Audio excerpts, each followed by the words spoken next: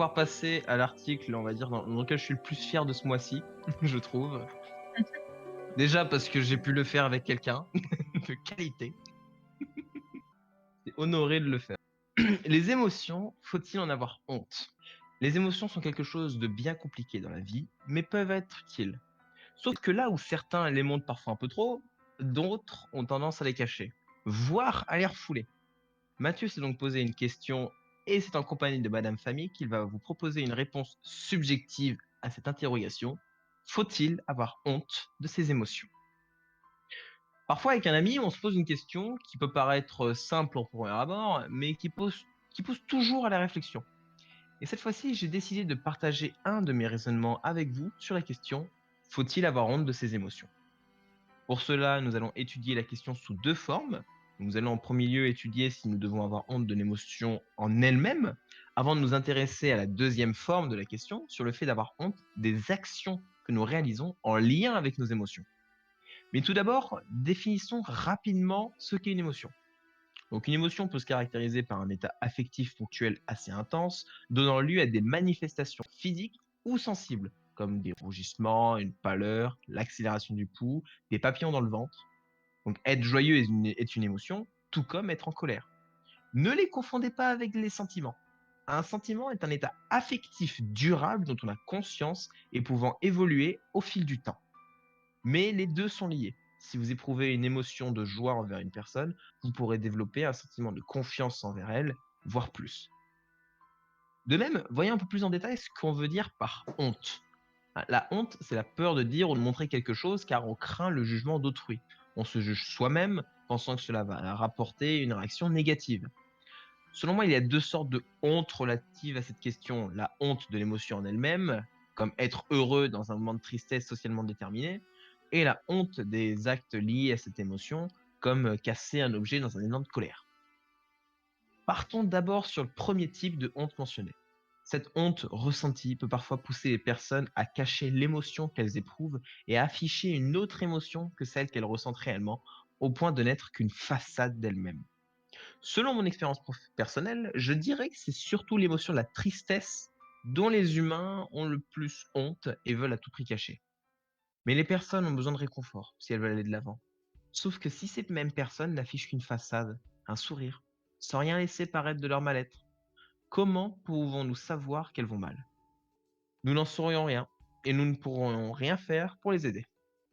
J'ai même eu une situation hypothétique qui m'a traversé l'esprit.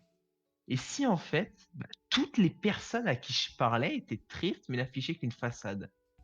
Et pire, si le monde entier était attristé mais ne le montrait pas? Oui, d'un point de vue extérieur, on pourrait croire que le monde va bien, qu'il n'y a aucun problème, alors qu'intérieurement, chaque être vivant serait au plus mal. Je trouve ça déprimant à rien que d'y penser. Prenons un autre exemple complètement opposé, l'amour. Imaginons que vous aimez quelqu'un, mais que vous avez honte, par peur de lui dire, et que vous le cachez. Comment l'autre personne peut-elle le savoir? Vous serez sûrement triste de ne pas lui dire, ce qui vous pèsera encore plus sur la conscience. Et pire encore, si l'autre personne éprouve les mêmes sentiments pour vous, mais en a aussi honte et ne les montre pas. Vous serez tous les deux tristes de ne pas les montrer, tandis que si l'un de vous osait le dire, cela suffirait pour faire deux heureux. Ne pas dire ce que l'on ressent est un poids qui peut devenir de plus en plus difficile à supporter, mais qui en même temps est de plus en plus compliqué à avouer. Donc si vous avez l'occasion de montrer ce que vous ressentez à quelqu'un, que ce soit quelque chose de positif comme l'amour ou de négatif comme la tristesse, faites-le, car cela vous permettra de vous sentir plus léger. Je trouve que si on a honte d'une émotion, surtout envers quelqu'un, on peut se refermer sur soi-même et finir par tout perdre. Bon, c'est un peu extrême, mais ça n'empêche en rien. Alors pour moi, n'ayez pas honte d'une émotion, n'ayez pas peur de la montrer. Ceux qui me connaissent le savent, hein. Quand je suis heureux, je le dis. Quand je suis triste, je le montre. Quand je suis en colère, m'en vais. Parce que je veux pas dire ou faire quelque chose que je peux regretter. Et suite à cette magnifique transition, nous allons pouvoir nous pencher sur le deuxième cas. Faut-il avoir honte de les montrer, ces émotions? C'est sûrement le point le plus important. Je pense qu'il ne faut pas avoir honte de montrer ses émotions. C'est surtout l'intensité de ces émotions qu'il faut savoir contrôler. Je m'explique. On peut par exemple être heureux d'avoir gagné un jeu, mais il faut toutefois être respectueux envers l'adversaire, quitte à contenir sa joie en sa présence. Cependant, je pense que parfois il est bon de cacher ses émotions à certaines personnes, au moins pendant un temps. Je ne parle pas d'honneur, de la peur du regard des autres à cause de préjugés ou de leur statut. On peut ressentir une émotion sans avoir l'air ridicule, sans que cela nous porte préjudice au regard des autres. J'ai plutôt parlé en termes de figure forte, comme une figure paternelle ou de grand frère. Par exemple, suite à un événement tragique, vous remarquerez que je traite beaucoup d'exemples en lien avec la tristesse, c'est sûrement parce que c'est l'émotion qu'on a le tendance à le plus cacher, à tort, mais les autres émotions ne sont pas à exclure, au contraire. Les enfants qui ne savent pas retenir leurs émotions vont s'appuyer sur quelqu'un en qui ils ont confiance. Et en général, ils vont se tourner vers leurs parents ou leurs grands frères slash grandes sœurs. Ces derniers, voyant que l'on compte sur eux pour les aider, ne vont pas montrer leurs émotions pour leur faire garder un signe d'espoir, même si eux-mêmes ne vont pas bien. C'est donc une honte de montrer ses émotions par peur, mais cela représente un contexte particulier que je ne vous souhaite pas particulièrement. Mais cela montre qu'il faut parfois savoir cacher ses émotions un temps à certaines personnes pour leur permettre d'exprimer les leurs et d'aller mieux en se reposant sur vous. On va plus facilement se confier sur notre mal-être à quelqu'un qui a l'air d'aller bien qu'à quelqu'un qui est abattu par le désespoir. Cependant, ce n'est pas une raison pour cacher son émotion. On peut très bien montrer son désespoir à quelqu'un d'extérieur qui n'a pas de problème, comme un ami par exemple. Vos amis les plus proches vous écouteront et vous aideront à avancer. Revenons sur quelque chose de plus joyeux. Certains ont honte de montrer une émotion positive liée à l'affection par peur de la réaction. Mais quand c'est quelque chose de positif, pourquoi s'en priver? Je parle pas du plus grand des sentiments qu'à l'amour, car celui-là en particulier peut provoquer en effet quelques réactions pas toujours réjouissantes en fonction de la réciprocité chez la personne en question. Mais c'est un autre sujet complexe dont je suis loin d'être un expert. Je veux plutôt parler de messages gentils, de messages de confiance, des messages qui font plaisir à lire, qui montrent que l'on se préoccupe de quelqu'un. Ce genre de message peut vraiment faire toute la différence dans une vie. Et personnellement, je n'ai pas honte de dire ce que je pense et à montrer mes émotions. Si je veux dire à ma famille et à mes amis, je le fais ou je le montre. Si je veux dire aux autres membres de la rédaction qui font un travail fantastique, je dis sans honte. Donc, un petit message personnel. Merci à tous les membres du Logmine de m'avoir accepté tel que je suis pour écrire des articles et apporter ma pierre à l'édifice. Vous m'avez permis de prendre confiance en moi et vous m'avez donné envie de m'améliorer. Et merci à vous qui lisez cet article. Il ne faut jamais avoir honte de dire une pensée affective, parce qu'il ne faut jamais se retenir de montrer l'émotion que tout le monde apprécie, la joie. Cela montre à quel point vous comptez pour quelqu'un. Montrer ses émotions pour avoir une réaction positive de la part des autres peut amener à quelque chose que j'adore, des souvenirs émotifs. Je terminerai juste en disant que vous n'avez pas à avoir honte de vos émotions. Montrez-les tant que vous le pouvez, car c'est ce qui fait de vous des humains. Cependant, apprenez à les maîtriser, car sinon vous pourrez faire des actions dont vous aurez honte une fois les émotions estompées. Mais plus encore, n'ayez pas honte d'être vous-même, car c'est votre personnalité, vos qualités, vos défauts qui font ce que vous êtes et vous rendent unique. Et pour ça, il n'y a aucune honte à avoir, n'est-ce pas? C'est beau. C'est beau, c'est beau. Même si, ouais, Merci. merci à vous. Tu t'es dit merci à toi-même, mais c'est pas grave. Oui, oui, je me suis dit merci à moi-même, mais j'en ai rien à cirer parce que C'est pas. voilà. Ah Euh, là. Mais oui, Bon, c'est une bonne question. Est-ce qu'il faut avoir honte de ses défauts? Ça, c'est un truc que tu ramènes à la fin. C'est encore tout un autre débat, mais. ah ouais, non, mais moi, si tu veux qu'on parte dans des débats, on n'a pas fini, hein. Enfin bref. Bah, c'est ce que tu disais au début d'ailleurs. Et d'ailleurs, voilà, bah Le... justement, en parlant du début, voilà, Parfois vous avec un ami, on se maintenant, pose une vous allez question. savoir. Quand je disais parfois avec un ami, et ben cet ami, c'est Hugo, voilà. Est-ce que je peux divulguer la question? Une question, La plus grosse question sur laquelle on a passé 1 heure à discuter la dessus. question dans une salle sur Portal 2. La question étant, si on t'en donnait le choix, est-ce que tu deviendras immortel? Tiens, Eva, justement, vu que t'es là, voilà, tu vas pouvoir répondre La tu vas pouvoir question donner ton ultra avis sur la question. personnelle! Ah, quelle délicatesse. Alors, on t'entend plus, Eva. Je m'étais mute et j'avais pas des mute. Ah, ça arrive. J'ai fait une Madame Famille. Faut pas lui dire. Mais du coup, c'est une question très intéressante à laquelle j'avais déjà réfléchi. Et j'avoue que même si c'est tentant d'avoir beaucoup de temps pour faire tout ce qu'on aime faire à côté, par exemple pour ma part du dessin ou l'écriture ou même jouer à des jeux vidéo, ça peut être cool. Mais je pense d'un point de vue émotionnel, je serais pas capable d'être immortelle, de voir toutes les personnes auxquelles je tiens qui partent, alors que moi je suis là toujours à vivre ma vie comme si de rien n'était. Je pense pas que j'en serais capable, ou même capable d'être proche d'autres personnes, parce que je saurais qu'à la fin, bah, ça se finira de la même manière, c'est-à-dire moi je suis là et plus ces personnes. Je pense que j'aurais vraiment du mal avec ce point-là. J'ai l'impression que généralement c'est ça qui revient finalement. C'est exactement le C'est point de vue que j'ai en c'est fait. ça. C'est le coup du Exactement est-ce le que mien. j'arriverai à vivre en sachant que finalement je verrai tous les gens que j'apprécie partir devant mes yeux, un par un, et que finalement j'aurais presque peur de m'attacher aux gens. Et c'est pour ça que je pense que c'est parce que je suis moins sensible et un peu plus égoïste que ma réponse c'était oui, j'aimerais bien.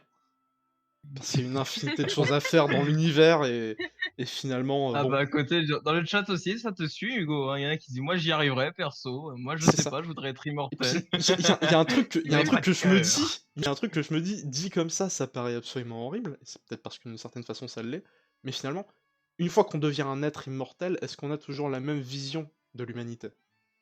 Est-ce que finalement on finit Voilà. pas par voir les Non. hommes comme on voit les poissons ou les autres animaux finalement?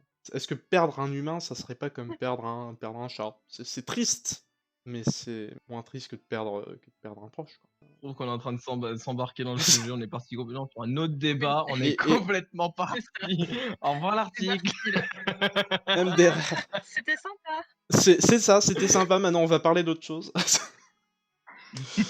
Non, mais c'est toujours lié à l'article, c'est-à-dire c'est toujours finalement c'est toujours lié aux émotions, c'est toujours lié aux émotions. Oui, bah, c'est vrai que toujours, hein, il y a toujours le côté Hem, un peu C'est pas émotion et faux. tout, bah, en fait, j'ai envie de dire, l'un des côtés du débat, à savoir: «Je ne veux pas être immortel», c'est complètement lié à quoi? Les émotions. c'est ça. Je pense que quelqu'un Mm. d'apathique, lui, bah, je sais pas parce que du coup il doit s'ennuyer un petit peu quand même. Un J'en sais psy rien. Finalement un psychopathe doit pas avoir trop de problèmes à être immortel. Moi je trouve que je m'attache trop vite aux gens, ce qui fait que je n'y arriverai pas, je pense. Moi là je suis Moi je content, tiendrai voilà. pas. Bah Pareil. moi aussi, moi aussi je suis content. D'ailleurs, je suis déjà déprimé de savoir que l'an prochain je vais plus voir les gens de l'IUT, alors bon, on va pas me parler de quelqu'un qui veut être immortel. Oui, alors Mathieu, tu Oui, verras plus les gens de l'IUT, mais on n'est pas mort pour autant, hein. oui, je Et sais, oh, mais bon.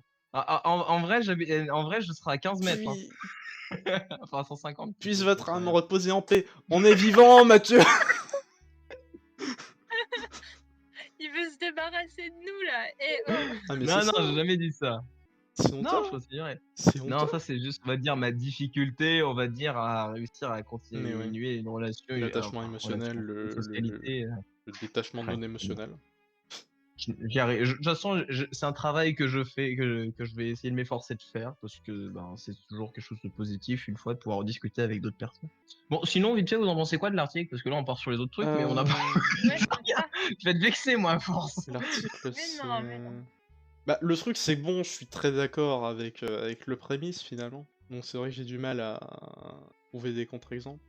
Mais c'est vrai que j'aime bien aussi la justification finalement du fait de cacher ses émotions dans certaines circonstances.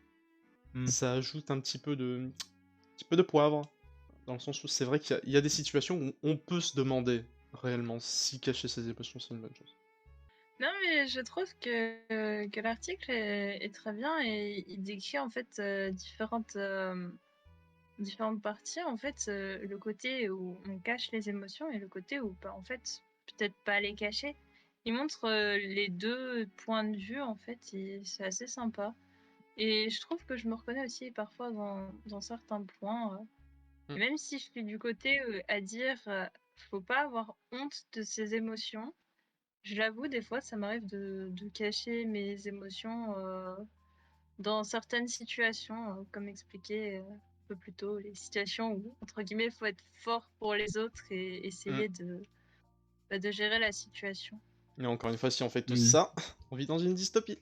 On arriverait un peu sur la situation que j'ai mis plus haut, à savoir si tout le monde était triste, mais ne l'affichait pas, en fait, ne le montrait pas. Mm.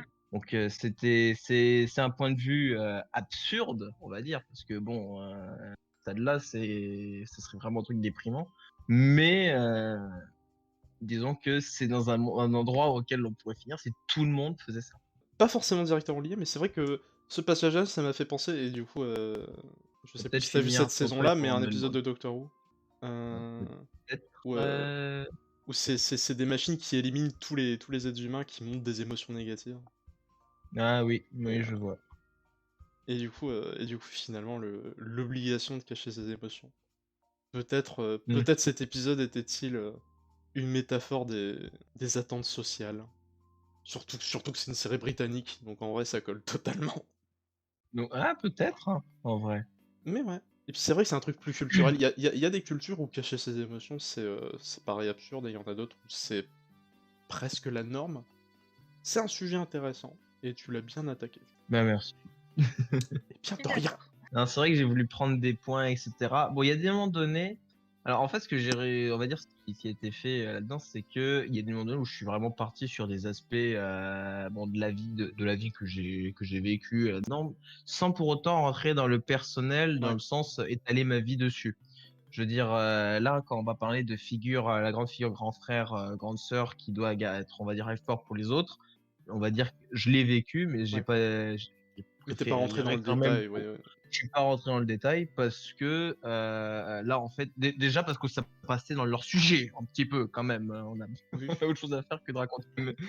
Voilà, j'ai la séance de psy, c'est pas maintenant, hein. Comment ça, le jour de ma naissance?